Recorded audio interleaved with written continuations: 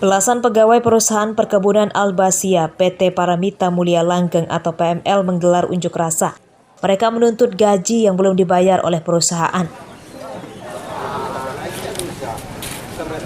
Unjuk rasa ini puncak kekesalan pegawai karena gaji mereka di divisi humas sebesar 2,3 juta rupiah tidak dibayar selama sebulan.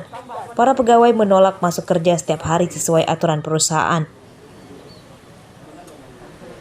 Usai menyampaikan aspirasinya, para karyawan dengan tegas menyatakan mundur dari perusahaan dan menuntut pembayaran gaji secepatnya.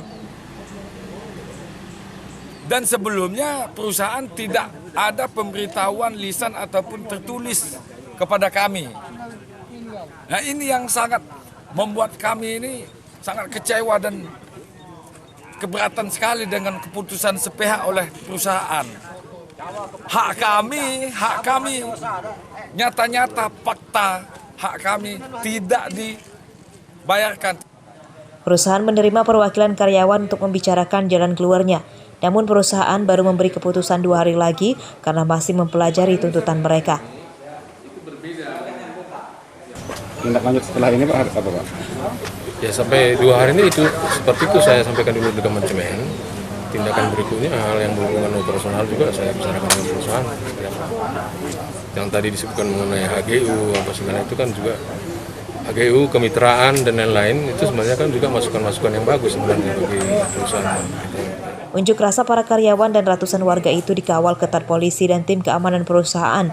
Para karyawan berjanji akan kembali datang dengan massa yang lebih besar jika tuntutannya tidak dipenuhi perusahaan. Ardi Yohaba melaporkan dari Waikanan. Maupun beri izin PPKM Bapak Presiden Joko Widodo.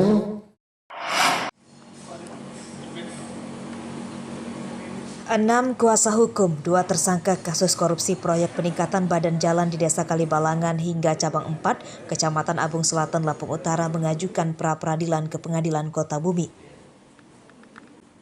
Kedua tersangka adalah Yasril, mantan pelaksana tugas pejabat pembuat komitmen atau PPTK Dinas PUPR Lampung Utara, dan Abdul Yazid selaku Direktur CV Berkah sebagai rekanan proyek. Keduanya dinilai merugikan negara 700 juta rupiah dari nilai proyek 3,9 miliar rupiah. Keduanya tidak terima dengan status tersangka dan mengklaim sudah mengembalikan kerugian negara. Kuasa hukum kedua tersangka atas nama Yasril selaku BPK dan Azim selaku pemilik perusahaan. Rapid kita ini dilakukan untuk apa Bang?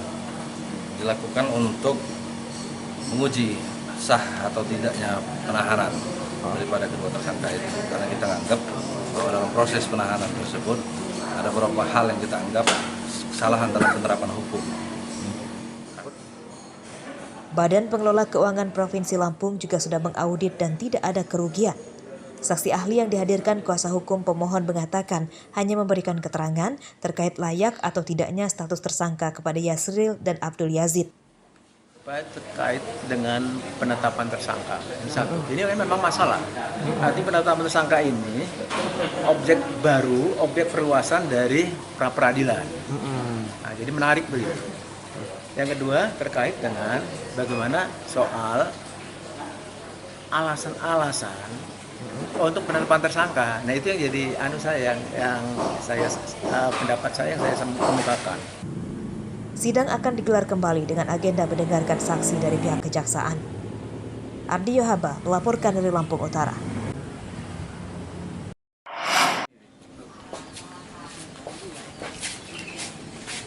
Seorang buruh cabut singkong bernama Yowan Febri Nike berusia 30 tahun ditangkap polisi Rabu siang karena menyambi sebagai bandar narkoba. Tersangka ditangkap di rumahnya di Desa Gedung Makrifat, Kecamatan Ulu Sungkai, Lampung Utara tanpa perlawanan. Tersangka mengaku nekat menjadi bandar narkoba karena tidak memiliki penghasilan akibat belum musim panen singkong. Narkoba yang dijualnya didapat dari seorang temannya di Waikanan. Kenapa Bang kok nekat jadi bandar narkoba Bang? Ada kerjaan lagi, susah cari. Terus dapat narkoba itu beli dari mana? Dari Waikanan. Dengan siapa? Uci. Berapa, dengan harga berapa beli? Itu dia sistem store. Berapa sekali store? Berapa dapatnya? Polisi menyita barang bukti 9 paket narkoba jenis sabu-sabu siap edar seberat 5,9 gram. Penangkapan tersangka berdasarkan laporan masyarakat yang curiga adanya peredaran narkoba di desa mereka. Jadi kalau untuk kronologi, jadi kita ada laporan dari masyarakat setempat ya, yang menyatakan bahwa sudah santer TO ini sering melakukan jual beli narkoba, sehingga dari itu kita himpun informasi, kita lakukan penggerebekan dan didapati di rumah tersangka terdapat barang-barang bukti yang menjadi petunjuk narkoba untuk akhirnya kami amankan di Polres Lampung Utara. Polisi masih mengejar pemasok narkoba. Untuk mempertanggungjawabkan perbuatannya, tersangka dijerat pasal 112 dan 114 tentang narkotika dengan ancaman hukuman hingga 20 tahun penjara. Ardi Yohaba melaporkan dari Lampung Utara.